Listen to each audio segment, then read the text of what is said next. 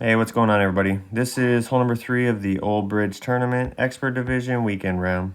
For our tee shot, we want to use an APOC level 4 and above in either a Kingmaker or a Kingslayer ball.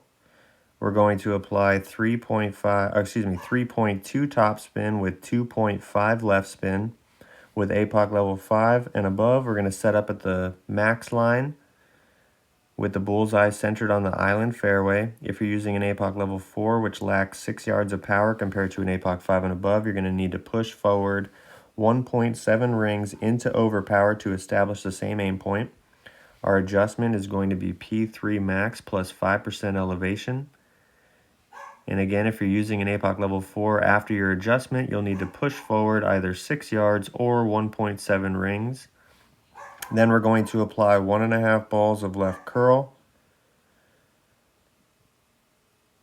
We do hit great left, so something to take note of as we bounce into the fairway.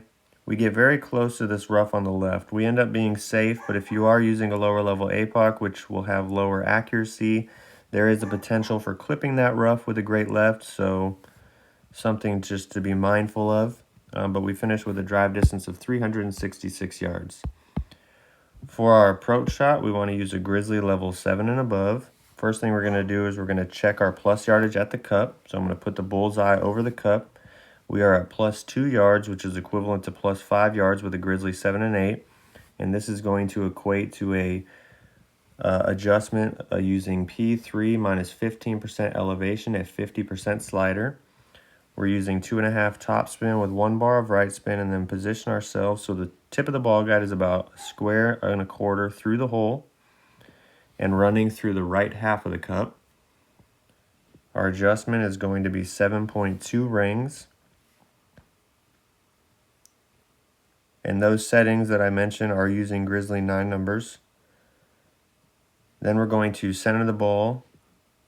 If you notice, though, I do have the slightest bit of left curl, which is unintentional, so make sure you do well to center the ball.